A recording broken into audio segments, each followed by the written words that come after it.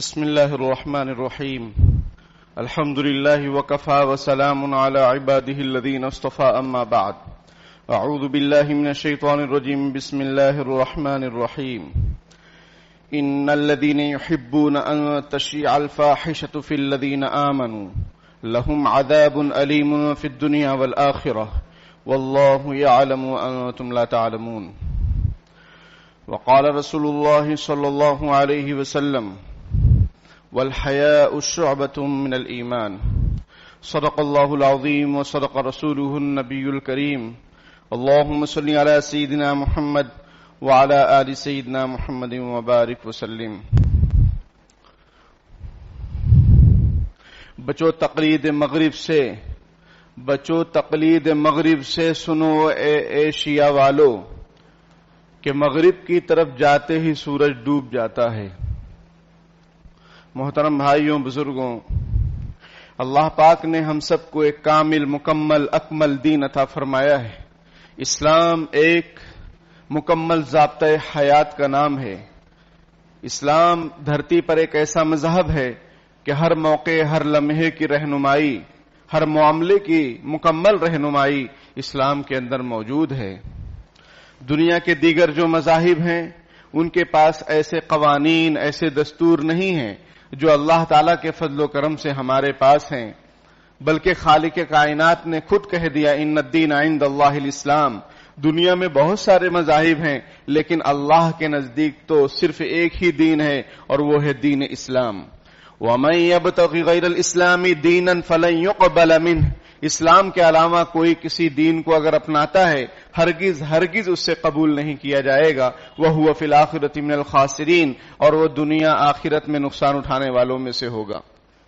دنیا تو اس کی چمک جائے گی، دنیا اس کی روشن ہو جائے گی، دنیا میں واہ واہی ہو جائے گی، لیکن آخرت میں کچھ بھی ہاتھ لگنے والا نہیں ہے. من کان یرید حرث الدنیا نؤتی منہا. جو دنیا کی کھیتی کے پیچھے پڑے گا اللہ تعالیٰ فرماتے ہیں ہم اس کو دیں گے. کسی کی محنت بیکار نہیں جاتی ہے. اللہ ظالم نہیں ہے کہ کوئی محنت کرے اور اس کو محنت کا پھل نہ ملے. من کان یرید حرث الدنیا نؤتہ منہا ومن کان یرید حرث الآخرۃ نزد لہ فی حرثی. اور جو آخرت کی کھیتی کرے گا اس کی کھیتی میں ہم برکت عطا فرمائیں گے، اس کے کام میں، کاروبار میں، ہر چیز میں برکت ہی برکت. لیکن جو دنیا کے پیچھے پڑے گا اس کو دنیا ہم دے دیں گے، لیکن اللہ آگے فرماتے ہیں وما لہم فی الآخرۃ من نصیب کہ آخرت میں ان کو ذرہ برابر بھی کچھ بھی نہیں ملنے والا ہے. تو میرے بھائیوں، اللہ پاک نے ہمیں شاندار دین عطا فرمایا، ہمیں اسلام کی نعمت سے نوازا. اس میں ہر لمحے کی مکمل رہنمائی ہمارے پاس موجود ہے. اسلام کا ایک اہم شعبہ والحیاء شعبۃ من الایمان کہ حیا ایمان کا اہم ترین شعبہ ہے. نبی اکرم صلی اللہ علیہ وسلم نے ارشاد فرمایا الایمان بضع وسبعون شعبۃ. بعض روایتوں میں ہے الایمان بضع وستون شعبۃ کہ ایمان کے 60 سے زیادہ شعبے ہیں، شاخیں ہیں. بعض روایتوں میں ہے کہ ایمان کے 70 سے زیادہ شاخیں اور شعبے ہیں. اعلیٰ، سب سے اعلیٰ درجے کا کون سا شعبہ ہے؟ وہ ہے قول لا الہ الا اللہ. لا الہ الا اللہ کہنا، اس پر عمل کرنا، اس کے تقاضے کے مطابق زندگی گزارنا کہ اللہ کے سوا کوئی پالنہار نہیں، اللہ کے سوا کوئی معبود نہیں، اللہ کے سوا کوئی کردار دھرتا نہیں، اللہ کے سوا کوئی مشکل کشا نہیں، اللہ ہی ہے. فماذا بعد الحق الا الضلال. خدا کے بعد، حق تعالی شانہ کے بعد، دین حق کے بعد صرف گمراہی ہے، صرف گمراہی ہے. وَأَدْنَاهَا إِمَاتَةُ الْأَذَىٰ عَنِ الطَّرِيقِ. اور ایمان کے جو شعبے ہیں اس میں ادنا درجے کا جو شعبہ ہے وہ یہ ہے کہ راستے سے تکلیف دہ چیزوں کو ہٹا دیا جائے. ایک اہم بات مجھے آپ تمام حضرات سے عرض کرنی ہے اور آپ کے واسطے سے پوری مسلم قوم سے خاص طور پر اور برادران وطن سے بھی عام طور پر، کہ میرے بھائیوں، صبح میں جب آپ دکان کھولتے ہیں تو جھاڑو لگاتے ہیں اور اپنے دکان کا سارا کچرا، دکان کے سامنے کا سارا کچرا آپ روڈ کے بیچ میں لا کر رکھ دیتے ہیں. میرے بھائیوں، یہ نادانی کی بات ہے، کم پڑھے لکھے کی بات ہے، افسوس کی بات ہے۔ لوگ آ رہے ہیں، جا رہے ہیں، آپ زور زور سے جھاڑو لگا رہے ہیں۔ جن حضرات کے مکانات ہیں روڈ کے کنارے، وہ بھی ایسا کرتے ہیں۔ جن کی دکانیں ہیں، ٹھیلے ہیں، وہ ایسا کر ہی رہے ہیں، اس میں کوئی 1% کا شبہ نہیں۔ جس کا جی چاہے دیکھتا رہے، اور مبتلا ہیں ہم لوگ، مبتلا ہیں۔ جو کوئی دکان کھول رہا ہے زور زور سے جھاڑو لگا رہا ہے، جو کوئی دکان کھول رہا ہے پانی مار رہا ہے۔ اب کوئی آئے جائے اس سے اس کو کوئی لینا دینا ہے ہی نہیں، وہ سمجھ رہا ہے صرف دنیا میں وہی ہے، اور زور زور سے جھاڑو لگا رہے ہیں۔ آنے جانے والوں کے اوپر گرد غبار اڑ رہا ہے۔ ایمان کا ادنا درجے کا شعبہ رسول اللہ صلی اللہ علیہ وسلم نے کیا بیان فرمایا؟ وہ ادناہا اماطۃ الاذی عن الطریق، کہ ایمان کا ادنا درجے کا شعبہ یہ ہے کہ راستے سے تکلیف دہ چیزوں کو ہٹایا جائے، جس سے لوگوں کو تکلیف ہو اس کو دور کیا جائے۔ ہم کہاں چلے جا رہے ہیں اور ہمارا احساس، ہمیں احساس نہیں، ذرا پاس و لحاظ نہیں، اس حدیث کا ذرہ برابر خیال نہیں کہ ہمارے اس عمل سے کتنے لوگوں کو تکلیف ہو رہی ہے۔ پورا دن وہ گرد غبار اڑتا رہتا ہے اور آپ کی دکان میں آتا رہتا ہے۔ کھاڑو کھودے تے پڑے، ایسا گجراتی میں کہاوت ہے کہ جو گڈھا کھودتا ہے وہی اس میں گرتا ہے۔ آپ کیا سمجھ رہے ہیں کہ آپ اپنے دکان کا اور مکان کا کچرا روڈ کے بیچ میں جو لا رہے ہیں اس سے آپ نے اپنے دکان اور مکان کو صاف کر لیا؟ خدا کے بندو، عقل سے کام لیجئے، وہ گرد غبار پھر آپ کی دکان میں آئے گا، کیونکہ آپ نے وہیں جمع کیا ہے۔ لوگوں کے آنے جانے سے، ہواؤں کے اڑنے سے وہ سارے گرد غبار پھر آپ کی دکان اور مکان میں آ رہے ہیں۔ یہ طریقہ انتہائی بھونڈا ہے۔ ایسا لگتا ہے کہ مسلمان بھائی، مسلمان کون؟ امت مسلمہ کون؟ ہم اور آپ کون؟ ہم خلیفۃ اللہ فی الارض ہیں، ہم لیڈر ہیں۔ افسوس کہ ہم نے اپنی لیڈرشپ کھو دی۔ غلامی میں نہ کام آتی ہیں شمشیریں نہ تدبیریں، جو ہو ذوق یقین پیدا تو کٹ جاتی ہیں زنجیریں۔ غلامی اتنا سوار ہو چکا ہے، اتنا حاوی ہو چکا ہے غلامی کا خیال اور تصور کہ کچھ سمجھ میں ہی نہیں آ رہا ہے کہ کیا صحیح ہے کیا غلط ہے، کچھ بھی کر رہے ہیں۔ تو ایمان کے 70 سے زیادہ شعبے ہیں۔ اعلیٰ درجے کا شعبہ وہ لا الہ الا اللہ کہنا ہے۔ ادنا درجے کا ایمان کا شعبہ وہ یہ ہے کہ راستے سے تکلیف دہ چیزوں کو ہٹایا جائے۔ میرے بھائیوں، ہم ثبوت دیں کہ اللہ کا شکر ہے ہمارے پاس ایمان کا اعلیٰ درجہ بھی ہے اور ادنا درجہ، بلکہ ہم تمام شعبوں پر عمل کرتے ہیں۔ نہ یہ کہ اپنے اعمال اور کردار سے یہ ثابت کریں کہ ایمان کا ادنا درجہ بھی ہمارے پاس اب نہیں رہا۔ اپنے کردار سے یہ ثبوت مت دیجئے۔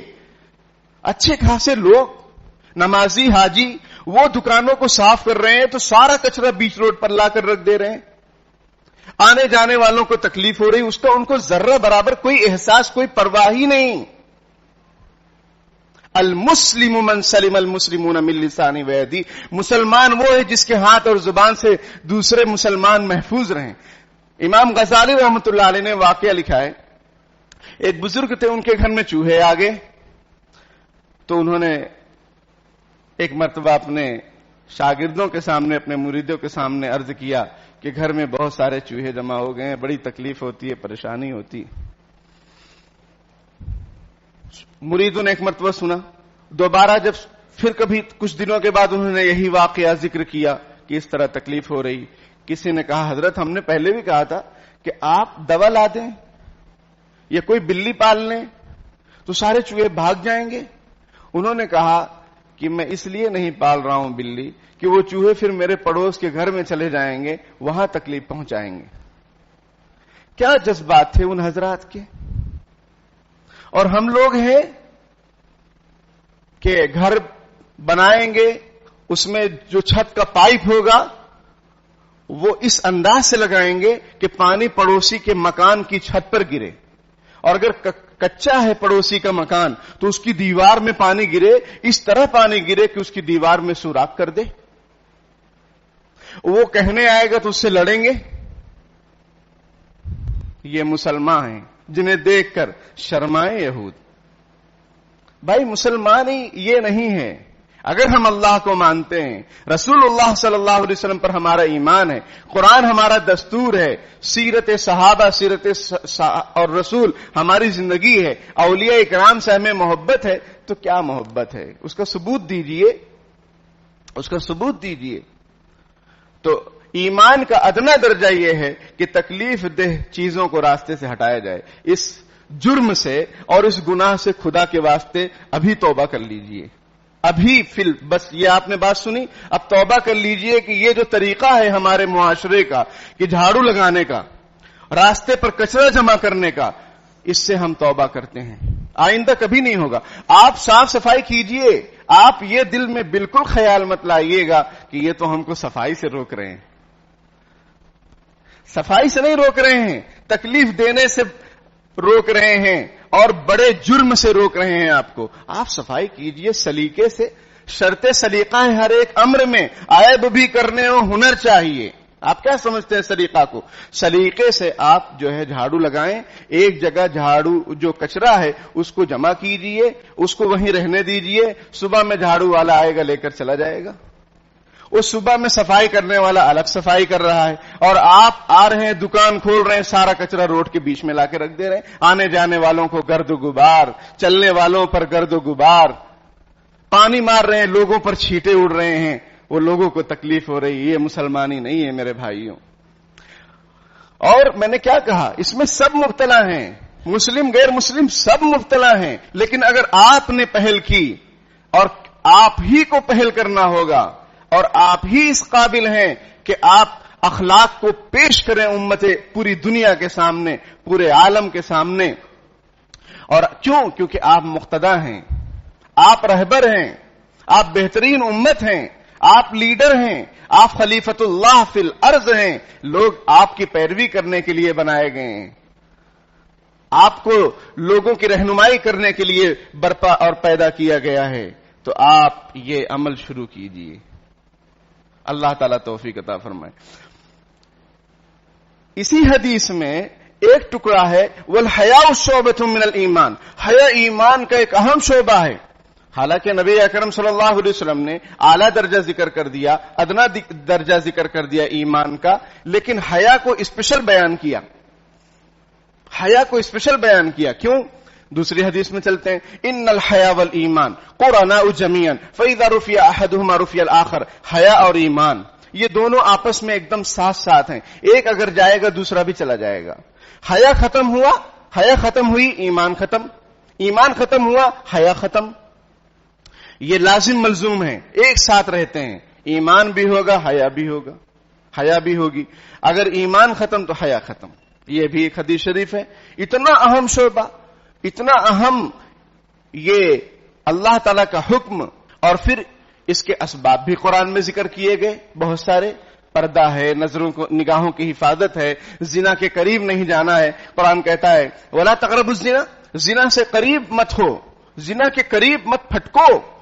اِنَّهُ كَانَ فَاحِشًا، بے شک وہ بہت زیادہ بے حیائی اور برائی کا عمل ہے. وَسَاءَ سَبِيلًا، اور وہ بدترین راستہ ہے. قُل لِّلْمُؤْمِنِينَ يَغُضُّوا مِنْ أَبْصَارِهِمْ، مومنین سے کہہ دیجئے نگاہوں کو جھکا کے رکھیں. وَيَحْفَظْنَ فُرُوجَهُنَّ، قُل لِّلْمُؤْمِنِينَ يَغُضُّوا مِنْ أَبْصَارِهِمْ وَيَحْفَظُوا فُرُوجَهُمْ، اپنی نگاہوں کو جھکا کے رکھیں اور شرمگاہوں کی حفاظت کریں. مفسرین یہ لکھتے ہیں کہ جب نگاہیں محفوظ ہوں گی، شرمگاہ بھی محفوظ ہوگی حرام کاری سے. اور جب نگاہیں محفوظ نہیں ہوں گی، کنٹرول میں نہیں ہوں گی، شرمگاہ بھی کنٹرول میں نہیں ہوگی. اور قرآن صفت بیان کرتا ہے مومنین کی، قد افلح المؤمنون، یقیناً کامیاب ہو گئے ایمان والے. ان میں جو صفات ذکر کی گئی ہیں وہ ایک صفت یہ بھی ہے والذین هم عن اللغو معرضون، وہ لوگ جو لغویات سے اعراض کرنے والے ہیں. والذین هم لفروجهم حافظون، وہ لوگ جو اپنی شرمگاہوں کی حفاظت کرنے والے. الا علی ازواجهم او ما ملکت ایمانهم فانهم غیر ملومین، ان کی بیوی ہو، ان کی باندی ہو، تو اگر اس سے اپنی ضرورت پوری کر رہے ہیں تو کوئی بات نہیں. فمن ابتغى وراء ذلك فاولئک هم العادون، اس کے علاوہ جو اگر وہ راستہ اختیار کریں گے، لیو ان ریلیشن شپ. اسی طریقے سے ویلنٹائن ڈے جو 14 تاریخ کو آنے والا ہے 4 دن کے بعد، اسی طریقے سے روز ڈے، ہگ ڈے، پیشاب ڈے، جو جتنے ڈیز ہیں وہ آپ اچھی طریقے سے جانتے ہیں. سمجھ میں آئی بات؟ تو افسوس کی بات یہ ہے کہ یہ سارے ڈیز ہمارے معاشرے میں بہت تیزی کے ساتھ پھیلتے جا رہے ہیں, کم نہیں ہو رہے ہیں. اس شیخ, اب کیا نام لیں, رہنے دیجئے. ہم اگر کچھ, آپ ہی ذرا اپنے جور و جفا پر نظر کیجئے, ہم اگر کچھ عرض کریں گے تو شکایت ہوگی. ایسا ایک شاعر کہتا ہے کہ ہم نے اپنے اسلاف کے ساتھ بھی ڈیز کو جوڑ دیا ہے, جن کا مشن اسلامی شریعت اور اسلامی پیغام اور اسلامی تعلیمات کو فروغ دینا تھا. ان کے ساتھ بھی ہم نے مغربی تہذیب کا دم چھلا ان کے ساتھ ہم نے جوڑ دیا ہے. ہم واقعی مجرم ہیں, اپنے زندوں کے ساتھ بھی اور اپنے مرحومین کے ساتھ بھی. یہ بات میں بمانگے دہل اس منبر سے کہتا ہوں, اور کہتا ہوں وہی بات سمجھتا ہوں جسے حق میں زہر حلاحل کو کبھی کہہ نہ سکا قند. سمجھ میں آئی بات؟ آپ کیوں موقع دے رہے ہیں نئی نسل کو تباہ کرنے کا, نئی نسل کو برباد کرنے کا؟ آپ کے اسکول میں ڈانس ہوگا, آپ کے کالجوں میں ناچ ہوگا, اور گیدرنگ کے نام پہ, کلچر کے نام پہ, تہذیب کے نام پر آپ بچوں اور بچیوں کو نیم برہنہ لباس پہنائیں گے, ان کی شناخت کو مٹا دیں گے. یہ حق کس نے آپ کو دیا ہے؟ جنہوں نے دیا ہے وہ بھی مجرم ہیں, جو خاموش ہے وہ بھی مجرم ہیں, اور جو اس میں ملوث ہیں وہ بھی مجرم ہیں. اور میں بھی اگر خاموش رہوں تو میں بھی مجرم ہوں. لیکن میں اللہ کے دربار میں یہ اس حال میں پیش ہونا چاہتا ہوں کہ میں نے تو پیغام صاف صاف پہنچا دیا تھا. وما علی الرسول الا البلاغ المبین وما علینا الا البلاغ. ہمارے ذمہ صرف واضح طور پر پیغام کو پہنچا دینا ہے, عمل کریں یا نہ کریں یہ امت کی ذمہ داری ہے. انک لا تہدی من احببت, اے نبی آپ جس کو چاہیں ہدایت نہیں دے سکتے, ولکن اللہ یہدی من یشاء, اللہ جس کو چاہے گا ہدایت دے گا. آپ کا کام کیا ہے؟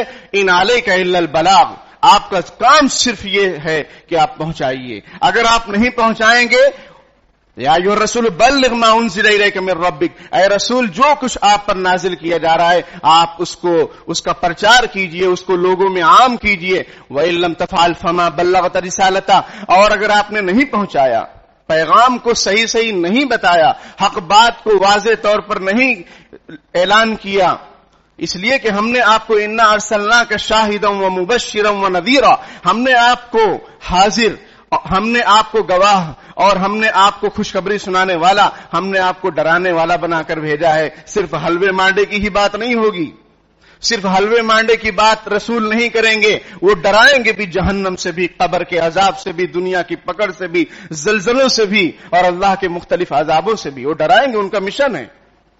اگر آپ نے پیغام کو نہیں پہنچایا تو آپ نے رسالت کا حق ادا نہیں کیا. رہی بات لوگوں کی, رہی بات لوگوں کے پروپیگنڈوں کی, رہی بات FIR وغیرہ کی, واللہ یعصمک من الناس, اللہ آپ کو لوگوں سے بچائیں گے.